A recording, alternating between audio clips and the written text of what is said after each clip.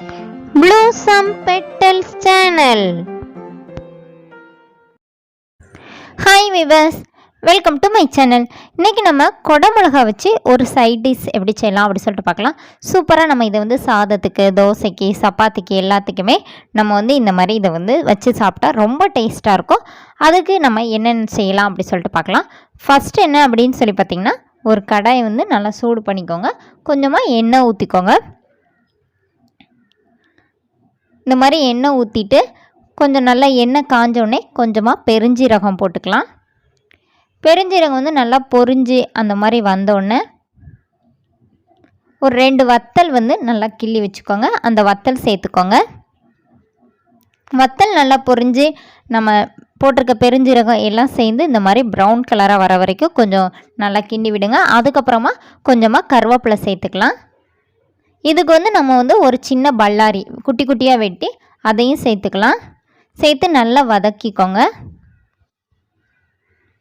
வெங்காயம் நல்லா பொன்னிறமாக வரட்டும். இந்த மாதிரி வந்தோடனே கொஞ்சம் தக்காளி சேர்த்து அதையும் நல்லா வதக்கி விட்டுக்கோங்க. இது கூட கொஞ்சம் மஞ்சள்தூள், 2 ஸ்பூன் வத்தல் தூள் சேர்த்து அதையும் நல்லா இந்த மாதிரி நல்லா வதக்கிக்கலாம். ஒரு சின்ன தக்காளி, ஒரு சின்ன பல்லாரி நமக்கு போதும் ஒரு குடமிளகாக்கு. இந்த மாதிரி நல்லா வதக்கி விட்டுக்கோங்க. இப்போ நம்ம குட்டி குட்டியாக கட் பண்ணி வச்சுருக்கிற குடமிளகாவையும் சேர்த்துக்கலாம். சேர்த்து அதையும் நல்லா இந்த மாதிரி வதக்கிக்கோங்க.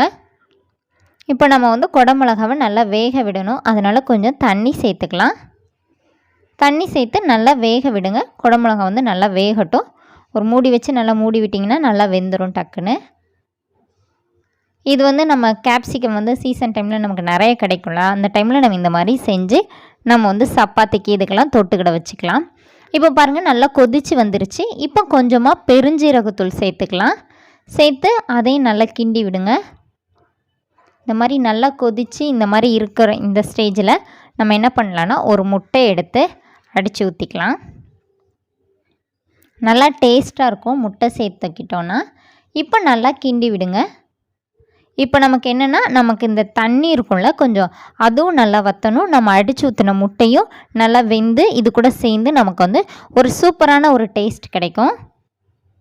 உங்களுக்கு தேவையான அளவுக்கு உப்பு சேர்த்துக்கோங்க.